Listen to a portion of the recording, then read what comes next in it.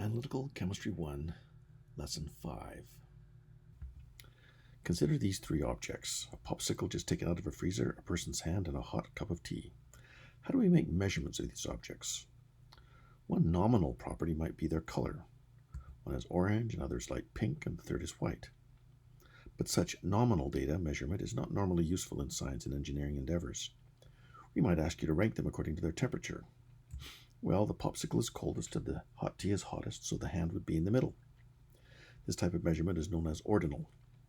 We can rank order a property of the objects involved. This is a starting point for measurement, but it really does not allow us to relate differences in temperature. We could not say how much hotter the hand is than the popsicle, or the tea compared to the hand. We could not say if the hand is hotter than the popsicle to the same degree as the tea is hotter than the hand. Such observations are just not part of this measurement approach. We might consider measuring the temperature of each and assign a value on the Celsius temperature scale. We might find that the popsicle is minus 18 Celsius, the hand is 37, and the tea is 75 degrees Celsius. Now we can say that there's 37 minus a minus 18, or 55 degrees Celsius between the popsicle and the hand, and 38 degrees Celsius between the hand and the tea. But we could not say that the tea is 75 divided by 37, or 2.03 times hotter than the hand. That would not make any sense, especially if we tried to include that minus 18 in a calculation. These kind of measurements are said to be interval measurements. The best measurement data, however, would be obtained if we assigned these temperatures to the Kelvin scale. The popsicle is now 255 Kelvin, the hand is 310 Kelvin, and the tea 348 Kelvin. Now we can still calculate differences between the objects, but we can additionally calculate ratios. The tea is 1.12 times warmer than the hand. The hand is 1.22 times warmer than the popsicle. This is called ratio data measurements. Ratio data is the most useful and is how we try to make measurements in science and engineering. Scientists use instruments to make measurements. A ruler, for instance, is a measuring instrument. A scale that you assume to have been calibrated is marked along its edge. Now you know how to use these things. You're probably used to reading it to the nearest scale marking. However, we want you to get the best data possible. Therefore, you will estimate the fractional distance between the two smallest neighboring scale markings. We measure an object. Let's say it's a metal rod. Our ability to estimate that last fractional distance makes it hard for even an expert ruler user to make the same measurement every time. Let's say you try to measure it 3 times and you get the following results. You give the ruler and the rod to a friend and ask that they also make 3 measurements. They, however, are not as careful as you are, and their 3 measurements are here. Now, how would you report the length of that rod? An obvious approach would be to find the average of your measurements. An average value is commonly represented with a bar over the variable. We will call the length of the rod x. An average is, as you probably know, the sum of all the measurements divided by the number of measurements. For these 2 sets of measurements, which ones do you feel will give better results? The first set of measurements seem to all be closer together. We could measure that by just looking at the difference between the highest and lowest values for the group of numbers. The first set are much closer together, so we might expect them to be a better measurement. The average for those values is 15.72 centimeters. The same calculation for the other set of data also gives 15.72 centimeters. And yet your data bounces around less. Both sets of data gave the same average value, but the first set is more precise, and that gives us a greater sense of confidence in the results. Precision is a measure of how reproducibly the measurement is being made. Then something funny happened. Your friend pulled out another ruler. It was longer, but had the same markings. They again made 3 measurements, which were here. So what gives? Well, it turns out that your ruler was manufactured incorrectly. Your friend's second ruler was made correctly. His measurements gave an answer that was closer to the actual length of the rod, 13.52 centimeters. His measurements were scattered more widely, but they were scattered around the correct answer. Your friend's second measurements were less precise than your results, but nevertheless those measurements were more accurate. When animals eat, part of their food consists of proteins. These can be used in the body to build needed proteins, and they can also be degraded to produce energy. Proteins consist of long polymers of amino acid molecules. The amine portion contains nitrogen. The body needs to have a mechanism for getting rid of any nitrogen it does not use. The first step in metabolizing proteins in the liver starts with enzymes known as transaminases. They can remove the amine group and produce ammonia, NH3. The problem for all organisms is that ammonia is toxic. How to get rid of it is the challenge. Mammals, who retain the liquid waste in a bladder before voiding at a convenient time, have a series of chemical reactions that combine two ammonia molecules with carbon dioxide to produce urea. This is a more benign molecule and is the principal mammalian method for the excretion of nitrogen.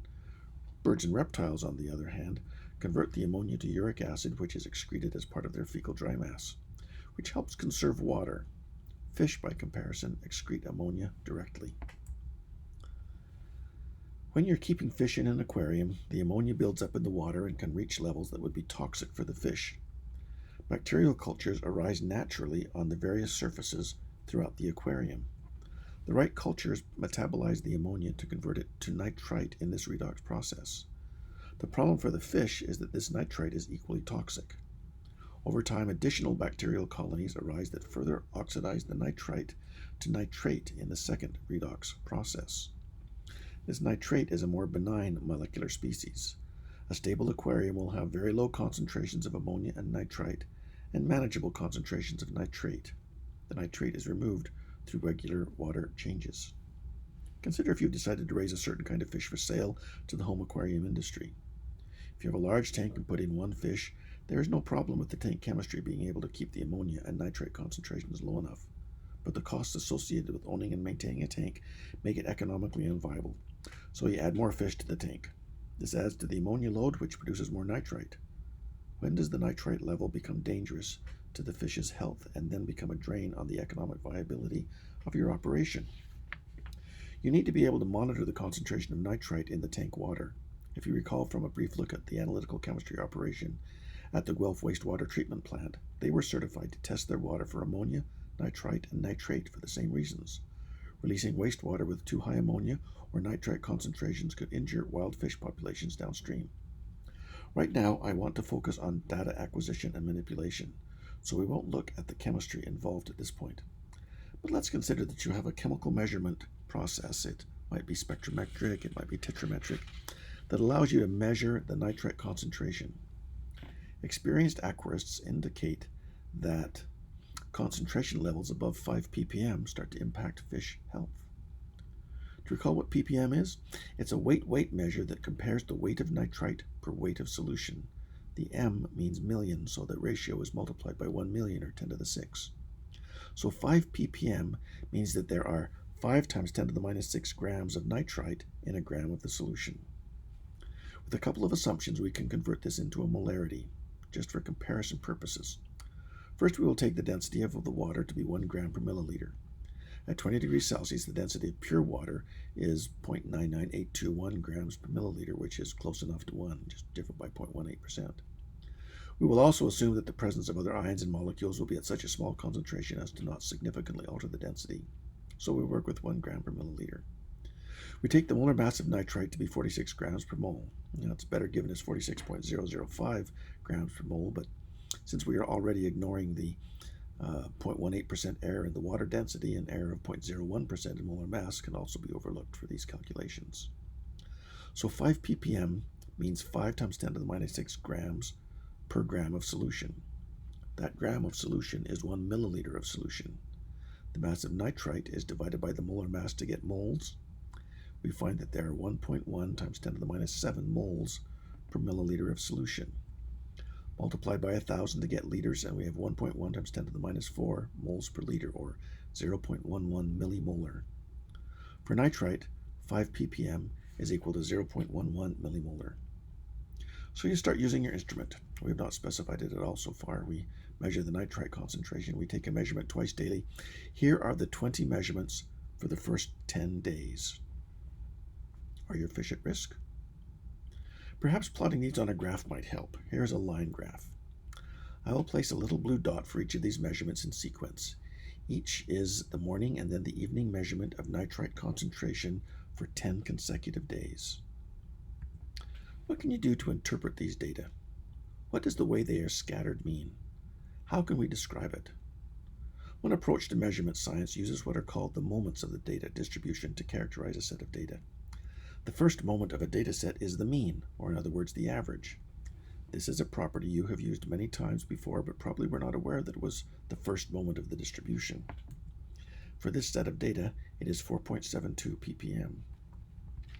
The second moment of the distribution is called the variance. It is a measure of how variable the data is. If it is spread over a wider range of numbers, the variance is larger. For this data set, the variance has the value of 0.191 ppm squared. Now, I want to mention a point that comes up in your statistics courses. It is sometimes missed in analytical science courses. This value for the mean, which we label as x bar, this value of 4.72 ppm, has been calculated from these 20 samples. One can imagine, of course, an infinite number of samples having been taken. Would that change the value of the mean? This hypothetical collection of an infinite number of measurements is called the population. In practice, of course, we are only able to take just a sample of the measurements. The symbol x bar is given to the mean when it comes from a sample of the measurements. The symbol mu is used for the mean of the entire population. These 20 data points were sampled randomly from a normally distributed population with a mean of 4.80. So as we continue to do experiments, the mean drifts towards 4.80. The sample mean is not quite the same as the population mean, but the sample mean is the only thing we can in practice actually measure. The greater the number of measurements, the closer to the population mean we can expect our data to converge. The same thing holds true for the variance. This s squared is used for a sample variance, while the population variance is represented by sigma squared. There is a slight but important difference between the equations for the sample and the population variance. I mentioned this so you won't be confused if you see them. The sum of the squared differences is divided by n minus 1 in the case of a sample, but divided by n in the case of the population. Shown here is the equation for a sample.